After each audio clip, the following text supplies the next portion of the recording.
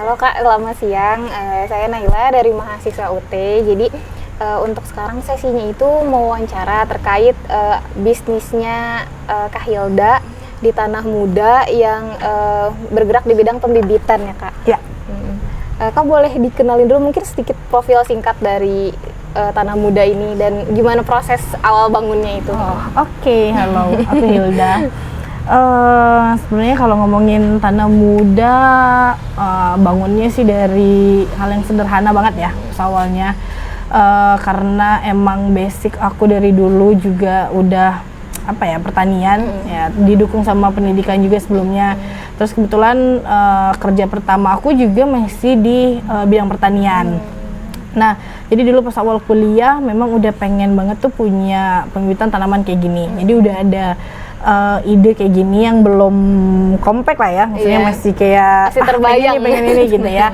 Karena kebanyakan dari kita lulusannya tuh kan kebanyakan ujung-ujungnya kerja jadi breeder, peneliti, penyuluh gitu-gitu ya. Nah, dari dulu dari kuliah aku ngobrol sama teman-teman selalu pengennya tuh jadi kayak mungkin waktu di kita masih banyak banget sebenarnya tuh petani berdasi dulu kali ya istilahnya. Apalagi di IPB tenar banget ya.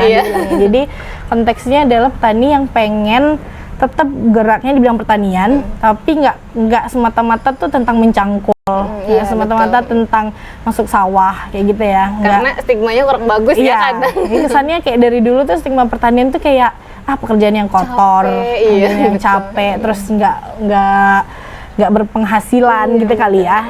Terus dikategoriin kayak keuntungan atau perekonomiannya rendah gitu. Pertama yang waktu rekrut itu, yang pertama kali direkrut itu dari apanya sih? Kayak marketingnya kah? Dari bagian keuangannya kah? Atau teknisinya kah gitu? Kalau ngomongin perekrutan, kayaknya kalau orang nanyain gue juga cukup lucu ya jadinya. Karena kebetulan dari perusahaan sebelumnya, aku juga udah punya tim itu karyawan sampai 71 orang di bawah aku. Jadi itu pun tersebar di berbagai wilayah dan transisi dari yang awalnya aku datengin mereka rutin, misalnya setiap bulan atau bikin meeting, famgate, ketemu sama mereka setiap bulan atau setiap kuartal, berubah tiba-tiba menjadi online full karena COVID. Nah dari sana tuh aku belajar banget handling mereka gitu. Dari 70-an kepala di 70-an wilayah di 70-an culture itu, akhirnya aku ngerasa bahwa pada akhirnya bekerja itu bukan tentang skill lu doang, tapi tentang lu mau belajar dan nerima hal baru atau enggak gitu. Nah jadi dari sana rekrutan di Tanah Muda, kalau kalian lihat mungkin kalau kamu ngelihat strukturnya dan backgroundnya mereka, gak ada yang literally background pertanian. Sumpah. Gak ada. Karyawan gue pertama itu dia multimedia. Terus karyawan gue kedua gue tuh adik gue jurusannya otomotif. Terus lanjut lagi sangat bertolak belakang. Sangat. Multimedia. Terus ada lagi pemasaran. Berarti total tadi 13 apa 11? Kalau di sini kalau berarti yang di Sukabumi ini 3, 7,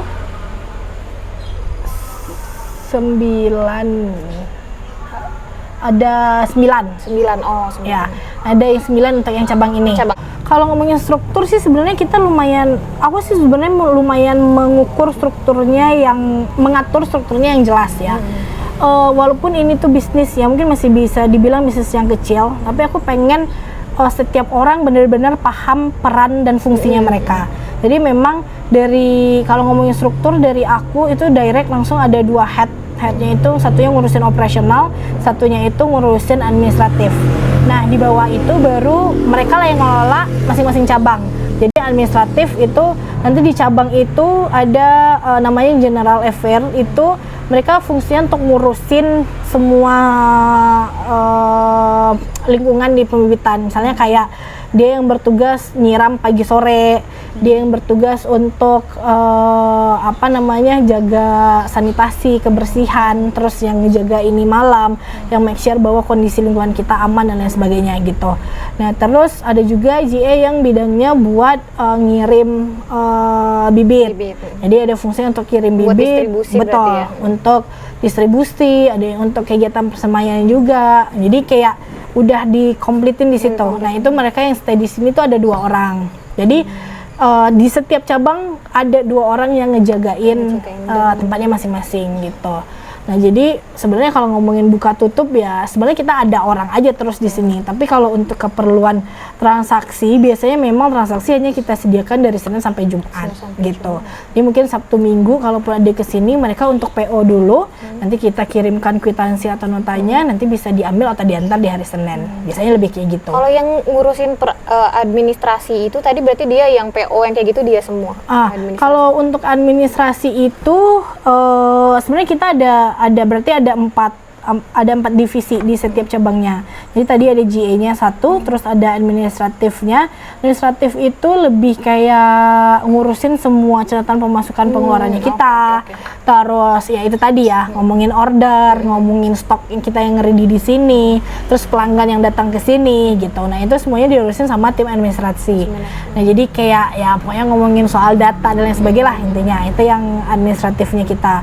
Terus yang untuk operasional itu adalah orang yang bertugas untuk penjadwalan semai, jumlah semaian, make sure kualitasnya sesuai dengan standar yang kita mau, make sure bahwa SOP-nya berjalan sesuai yang kita tentuin gitu. Nah itu tugasnya tim operasional.